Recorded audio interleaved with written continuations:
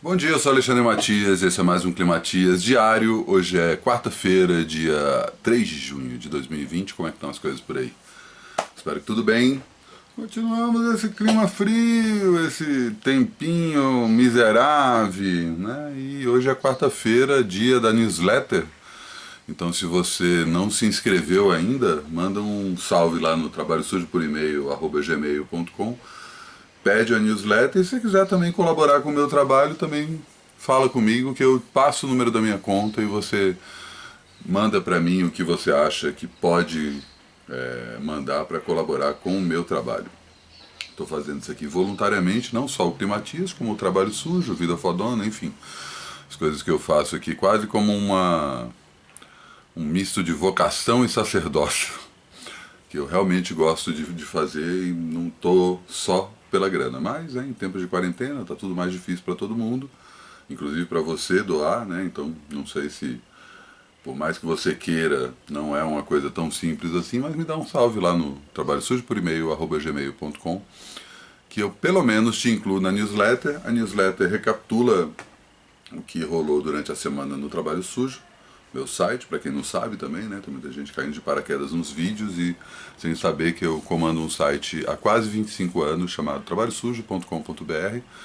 O passado tá meio bagunçado ali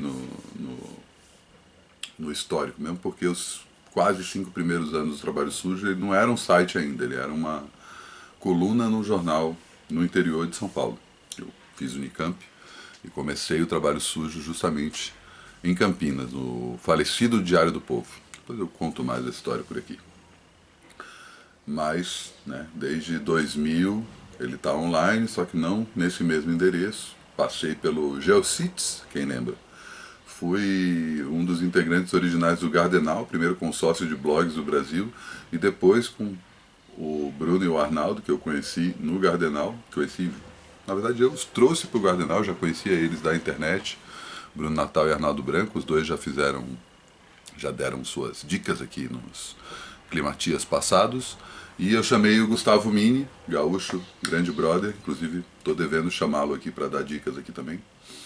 E a gente criou em 2007, se não me engano, o Esquema, um portal de blogs que teve quase 30 blogs, até que em 2015 a gente terminou o Esquema e o Trabalho Sujo continuou com trabalhosujo.com.br. Se você voltar nas edições passadas do Trabalho Sujo, acho que vai até 2006 ou 2007, porque a gente teve 3 anos que a gente perdeu, porque os servidores do Gardenal fritaram. Foi um dos motivos que a gente resolveu criar o nosso próprio servidor. E a parte inicial aí entre o Geocities e o Gardenal eu ainda vou colocar. Eu estava fuçando velhos HDs aqui, encontrei cada coisa antiga, tipo o próprio Vida Fodona, que é um dos motivos de eu estar mergulhando aí nesse passado digital, várias pérolas, e devo ter novidades sobre o Vida Fodona no futuro. O programa de hoje começa com uma dica bem simples, né? Uma dica que foi dada aqui, inclusive, se não me engano, foi a Tati que passou essa dica, e era uma dica que eu achava meio besta: arrumar a cama todo dia, né? Não tenho esse hábito, não sou o cara que acorda e fica aquele troncho de coisa na cama, no lugar, mas não tenho o hábito de chegar lá e fazer a cama. E confesso que tem uma coisa que comecei a fazer isso tem umas 2 semanas, e tem tanto na manhã uma coisa que ativa o teu cérebro para beleza, o dia começou, você saiu da cama, a cama está feita, sabe? Acho que trabalha desse jeito e ajuda. Quanto à noite, o mesmo sentimento, só que o contrário. Beleza, acabou o dia, a cama está feita, tô indo lá. Na verdade, essa sensação eu já tinha, tanto com a cozinha quanto com a casa como um todo, né? No fim das contas, eu resolvi fazer uma faxina constante em casa, em vez de fazer um dia principal para faxina, embora tenha alguns dias que são os dias mais dedicados e tal, mas tem uma coisa de que eu já coloquei de sujei a louça, lavo em seguida, sempre varrendo, sempre passando um pano, dando uma geral nas coisas. Tem dia que é o dia do banheiro, o dia da área de serviço, o dia da cozinha, o dia de lavar roupa, o dia da varanda, todo dia tem alguma coisa. Felizmente tem uma varandinha aqui em casa que me salva da sensação de estar enclausurado o tempo todo. Varandinha pequena, mas eu preciso pendurar uma rede que não dá dando para usufruir essa rede, infelizmente, né, com esse tempo frio. Mas vamos lá. Tentando ver também, né, esqueci de comentar isso logo no começo, se uma britadeira que está tocando aqui na vizinhança, agora parece que está na hora do almoço dos caras e vou conseguir fazer esse programa sem tanto barulho, né? Torcer aí, mas duvido nada que lá pelos 20 e tantos minutos começa ali a barulheira. Outra coisa que eu ia comentar sobre tanto aquela coisa de ficar pintando o Instagram de preto ontem, né, como uma demonstração de que você se importa com as questões raciais que estão acontecendo, né, que você é a favor, mais do que não ser racista, ser antirracista, né, eu acho que isso é capital nos dias de hoje e cada vez mais esse movimento antirracista está ganhando força e quanto mais esse movimento antirracista ganha força, mais o movimento racista esperneia e põe as garras de fora, dá pra gente saber direitinho quem é quem. E aí tem toda essa questão sobre, muita gente comentando sobre isso, né, de o quanto que isso é uma espécie de alívio digital, que você simplesmente fez a sua parte, né. Eu concordo por um lado, né, que o famoso ativismo de sofá, que eu tinha comentado até na edição de ontem. Mas, por outro lado, é o mínimo, né? É o mínimo e começa com o mínimo, sabe? Eu acho que tem um despertar de consciência que é aí. Não é, significa que o cara vai só estar sendo ativista no sofá e ponto final. Muitos acabam ficando só assim. Mas eu acho que por trás desse só assim já tem uma mudança de cabeça. Já tem gente pensando nisso que em outras situações não teria pensado. Eu acho que a gente vive numa bolha que acaba, uma bolha mental, né? Não é só a bolha da internet, mas uma bolha inclusive de pensamento progressista, que acaba fazendo com que a gente ache que, então é isso, é só colocar isso aqui, essa hashtag, ponto final. Mas tem muita gente fora da bolha que sequer percebe que isso é um problema. Então acho que quando tem esse movimento, estava criticando as redes sociais ontem por conta disso, né? Essa coisa de manada, né? O comportamento de manada, todo mundo fazer uma coisa só porque os outros estão fazendo, né? E o quanto que você realmente acredita naquilo que você está compartilhando, ou quanto você só quer se sentir parte de um grupo. Estava conversando com um amigo meu ontem sobre isso, né? Estava falando, não, porque parece engajamento aí, parece que só quer ficar bem nas redes sociais, e não é uma coisa só das redes sociais, não é uma coisa se eu pensar a sociedade como uma rede social, é uma coisa de viver em sociedade mesmo, sabe? As pessoas, bem ou mal, infelizmente, acabam fazendo mais coisas para ser vistas fazendo essa coisa do que propriamente acreditando nisso. Mas eu acho que isso também é um processo, né? Quanto mais você faz para querer aparecer, mais a lógica que está por trás daquilo que você está fazendo vai entrando na sua cabeça e aos poucos você vai mudando o seu comportamento. Claro que tem gente que não muda, mas eu acredito que a maioria das pessoas muda. Então, por menor que possa parecer esse gesto, eu acho importante sim. Deixa eu começar o programa com meus convidados de hoje, que para não correr o risco de ter a tal da britadeira enquanto eles estiverem falando. Vou chamar aqui Guilherme e Clarissa, vão dar várias dicas. O que eles estão fazendo durante a quarentena? Digam aí.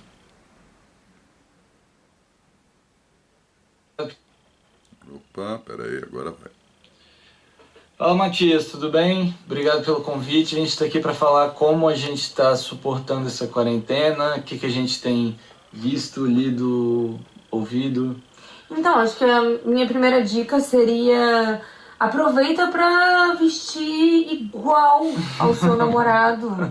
É uma ótima oportunidade, porque normalmente é muito mico, né? E agora que ninguém mais vai ver, então vocês podem fazer isso. Salve, espectadores do Climatias.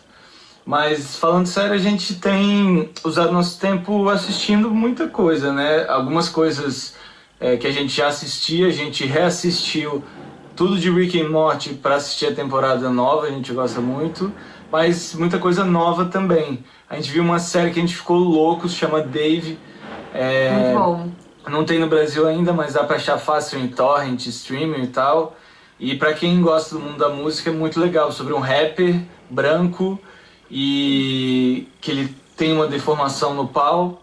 E isso parece a coisa mais idiota do mundo. É mais sofisticado do que parece, juro. Mas a série é muito legal e a gente riu demais, assim. Foi bom pra dar uma leveza nesses tempos. E, enfim, eu tenho jogado muito The Sims. Jogado bastante The Sims. Vivendo outras vidas que não as suas. A gente viu um seriado maravilhoso chamado Midnight Gospel. Nossa, tipo, é a coisa mais linda do mundo, é do cara do Hora da Aventura, mas é bem mais adulto. O Hora da Aventura já é bem adulto, né, mas ele tem um podcast há alguns anos e ele resolveu filmar esse podcast, tipo, desenhar o podcast, né? Fazer, tipo, a versão desenho animado das conversas dele reais com pessoas como, tipo, Dr. Phil sobre drogas ou, tipo, a própria mãe dele sobre morte. É a coisa mais linda, eu chorei muito. É uma coisa diferente. Eu confesso que eu fui assistir até achando que era uma coisa bem de entretenimento bobo.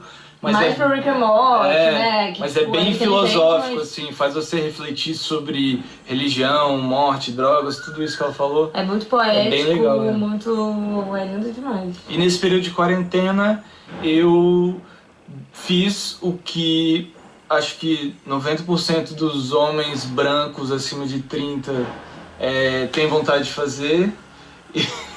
E eu cometi esse crime, que foi lançar um podcast. O sonho do podcast próprio. O nome dele é Queijo Quente. A gente fala sobre música pop, mas não só sobre música pop, também fala sobre outros tipos de música e sobre o universo pop. Sou eu e o Lohan, que eu sou jornalista musical e ele é uma POC. E aí a gente faz esse encontro, assim, onde é maravilhoso, a gente fala de uma forma leve e divertida, mas também levando a sério a música pop. E é isso, espero que vocês estejam bem, que vocês fiquem bem na medida do possível. Continuem odiando o presidente. Pelo amor de Deus. Até a próxima. Valeu, Matias. Valeu, casal. Grandes dicas. E lembrando aí, se você não pegou certinho qual é a dica, eu vou falar ainda de Midnight Gospel aqui. Hoje, inclusive, é dia de TV, mas não é o dia que eu vou falar do Midnight Gospel, porque ainda me faltam alguns episódios para terminar. 2, para ser mais preciso.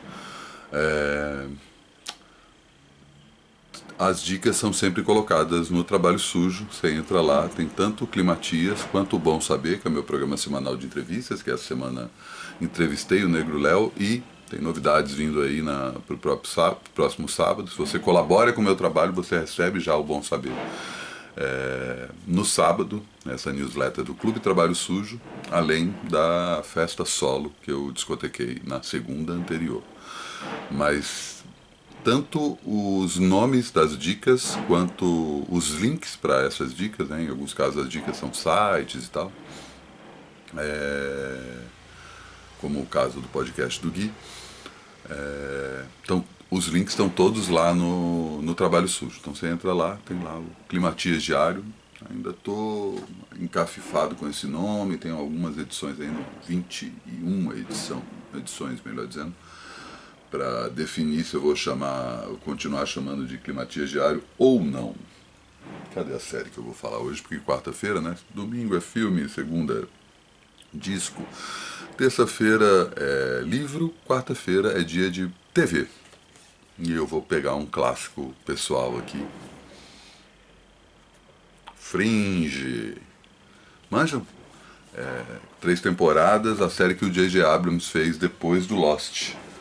Ela começa de um princípio que Lost tinha aquela grande história, né, que ia sendo contada aos poucos, e à medida que ela foi fazendo sucesso, muita gente começou a ir atrás e patinava completamente, né, o que está acontecendo nessa série, né, o Lost começa a mexer nessa coisa que o seriado americano tinha até o final dos anos 80, começo dos anos 90, acho que Twin Peaks é o primeiro a grande mudança, né? Tem outra série, sei lá, se pegar Hill Street Blues, melhor dizendo, que é a primeira série do Mark Frost, inclusive do Twin Peaks, o cara que faz a dobradinha com o David Lynch. O barulho que vocês estão ouvindo aí não é o barulho da britadeira ainda, né? O barulho da britadeira é bem pior. Mas essa coisa de tipo, que é bem tradicional de qualquer seriado, né, até o final do século passado, da história terminar exatamente onde ela começou. Então, você assiste qualquer episódio, você vai entender ali, saca? Não muda muito, ou quando muda é uma coisa muito... Morre um personagem, sai outro, entra um outro personagem, mas a estrutura da série continua a mesma, né?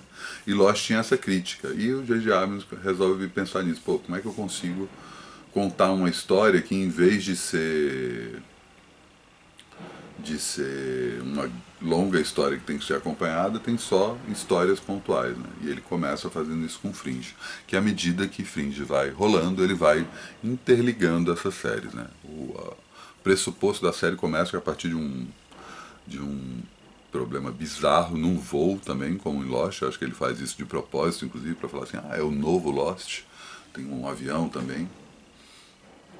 E a Olivia Dunham, que é vivida, como é que é o nome da atriz, cara? Ela é muito foda, Anna Torv. Ela é um agente do FBI que começa a investigar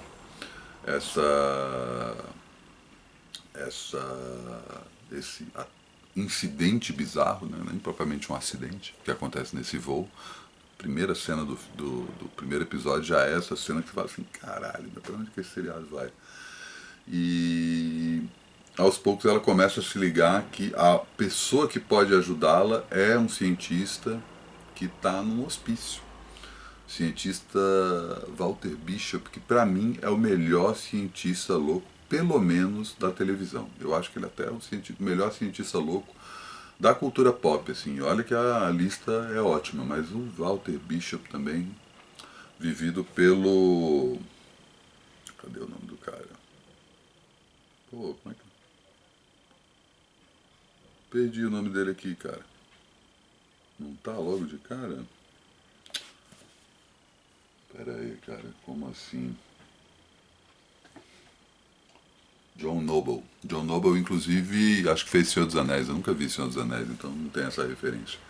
Então é um ator conhecido de Hollywood que pega isso, que pra mim é o grande personagem dele. Cara incrível, Walter Bishop. Que é um cientista que trabalhava no FBI, com o FBI, nos anos 60 e 70, e trabalhava em casos, que é justamente o título do seriado. Fringe, que depois eu fiquei sabendo que foi traduzido como fronteira, não é propriamente fronteira, mas limite, né? Fringe trata justamente de situações ali que estão no limite do plausível, né? Do conhecido e do que diz a ciência tradicional, né? Então trabalha com telecinese, com hipnose, teletransporte não chega a trabalhar, mas enfim, tem várias paraciências, pseudociências, teorias da conspiração, né? Trabalha com clones, né? Com anomalias no tempo e espaço, realidades paralelas, enfim, várias dessas possibilidades pseudocientíficas começam a ser exploradas. Em cada episódio eles vão atrás de um determinado... um caso bizarro que acaba puxando aí uma dessas teorias da conspiração. Ela, para conseguir libertar o Walter Bishop, ela tem que chamar o filho dele, o Peter Bishop, que é o Joshua Jackson do Dawson's Creek, o amigo do Dawson, né? Que também está muito bem na série. Esse é o trio principal da série, eles atravessam essas 3 temporadas juntos, e eles se transformam nessa divisão fringe, nessa divisão limite. Se eu fosse traduzir a série, eu provavelmente traduziria com esse título, ou limite, ou além do limite, uma coisa assim. Não fronteira, né? Fronteira parece western. E cada episódio eles vão desvendando um caso que está ali. É meio parecido com Arquivo X, né? Tem essa referência. Mas enquanto Arquivo X vai muito para o lado de alienígena, né? É a principal teoria, né, do Arquivo X, embora ele trabalhe com outras teorias. E o Arquivo X também é outra série que ajuda a mudar esse formato de seriado fechado que a gente tinha até o final do século passado, junto com o Twin Peaks. Quando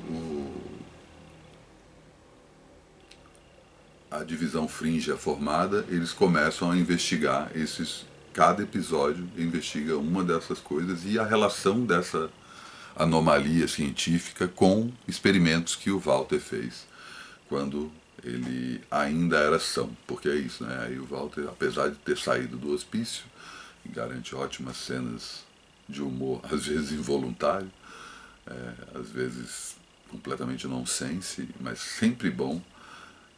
O Walter ainda não bate bem da cabeça, né? Então, eventualmente, ele tem uma vaca no laboratório dele, enfim, tem um personagem tanto. E tem vários outros atores conhecidos, a história vai se desenrolando de uma forma bem instigante, ao mesmo tempo você consegue ver os pedaços dessa grande história, que depois a gente vai saber qual é, sendo mostrados pra gente, às vezes em alguns casos até didaticamente, né? Tem alguns elementos que acabam se tornando recorrentes e você vai entendendo, não, peraí, se isso acontece o tempo todo episódio acontece uma coisa que num dado momento da série eles falam arbitrariamente sobre isso, né? E aí se você vai reassistir a série, você acaba chegando na mesma constatação que os personagens. Peraí, por que isso acontece o tempo todo?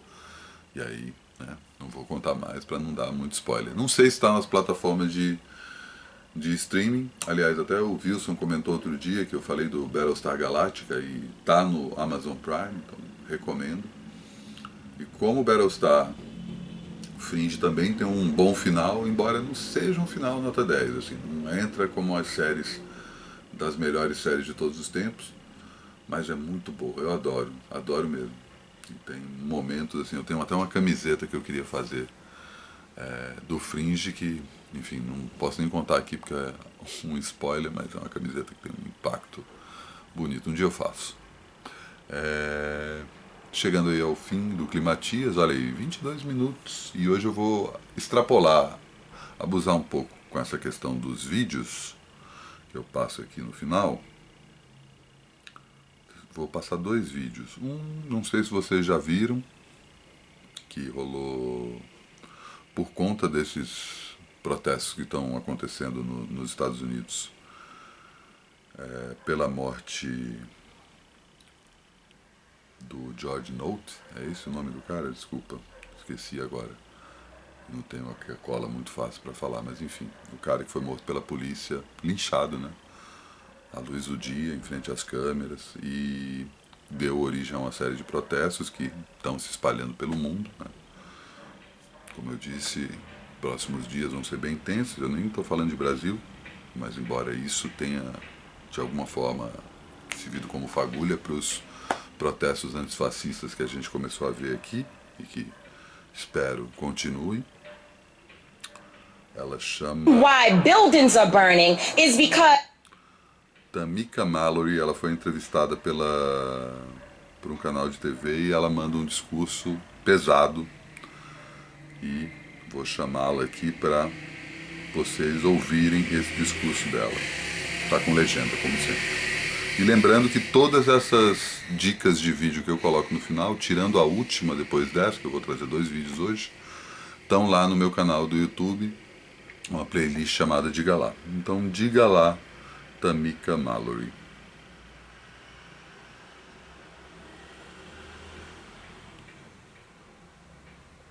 why buildings are burning is because this city, this state would prefer preserving that white nationalism and that white supremacist mindset over arresting, charging, and helping to convict 4 officers who killed a black man.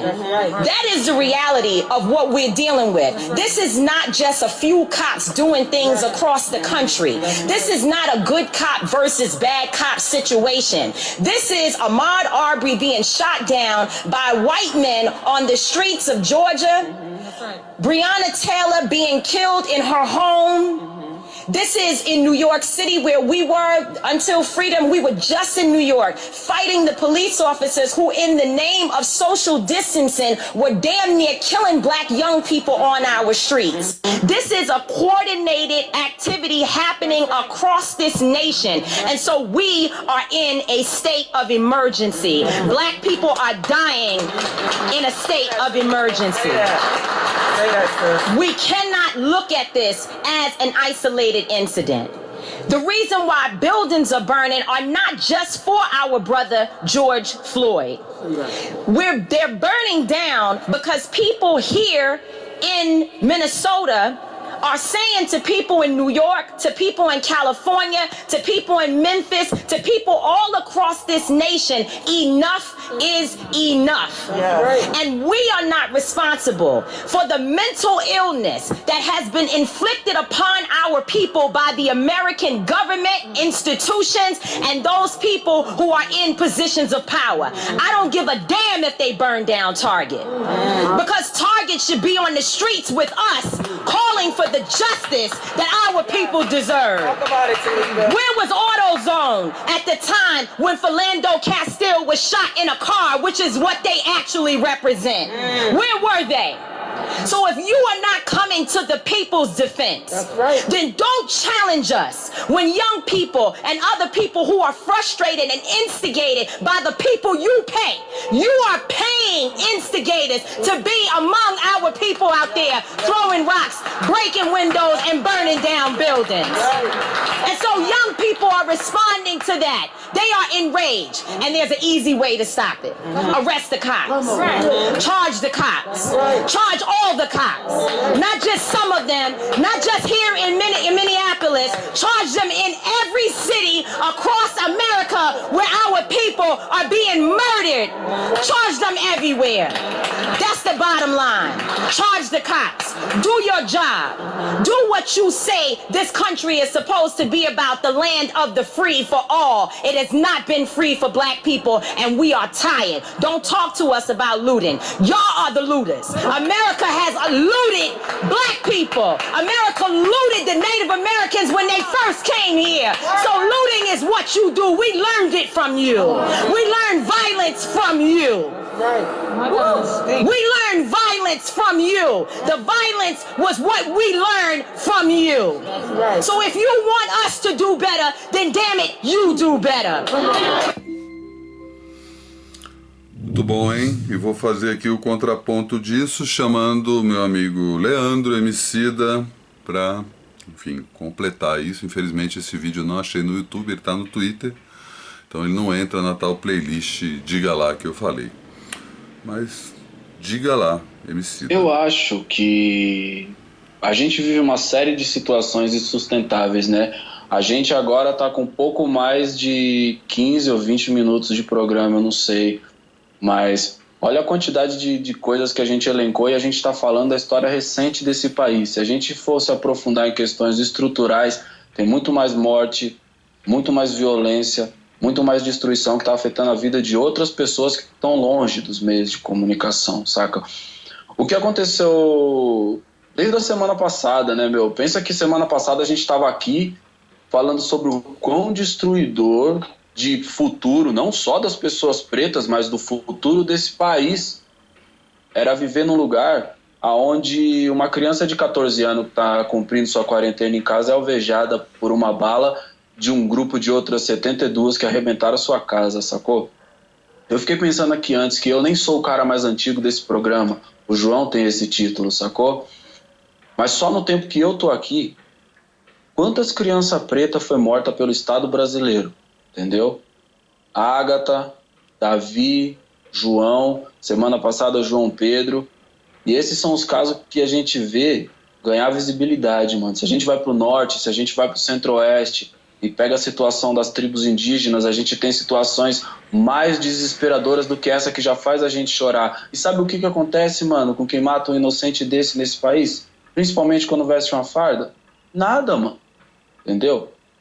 Sacou? Aliás, tem uma outra coisa que eu achei extremamente triste, assim, a gente entrou aqui falando sobre imprensa, mas é muito triste que a imprensa brasileira, quando vai cobrir um caso de racismo internacional, se refira à cor da pele da vítima, se refira a que ele foi assassinado por um policial. Quando a gente trata de caso doméstico, toda essa percepção some.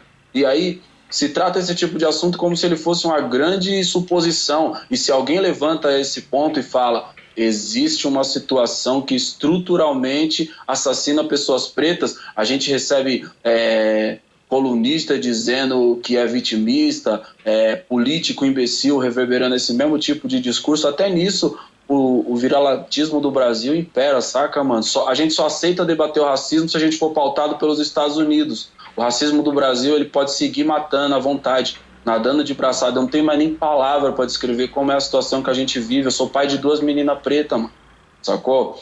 E aí eu repito para você, mano, respondendo sua pergunta, o que eu falei quando aconteceu o caso Ágata, que a gente estava gravando um programa também lá aqui em São Paulo. Era pra esse país estar pegando fogo mesmo. E o fato dele não estar fala tudo que uma pessoa preta tem que saber sobre ele. A gente tá em solo inimigo, mano. A gente tem que se proteger como a gente puder, porque a gente tá por nossa conta e risco nesse grande projeto assassino de preto que é o Brasil, mano. É isso, né? Eu vi alguém comentando que o Brasil é aquilo que aconteceria com os Estados Unidos se os confederados ganhassem a Guerra Civil, né? É mais ou menos por aí. Talvez pior. Assim encerro mais um Climatias. Amanhã tudo de novo. Bom dia.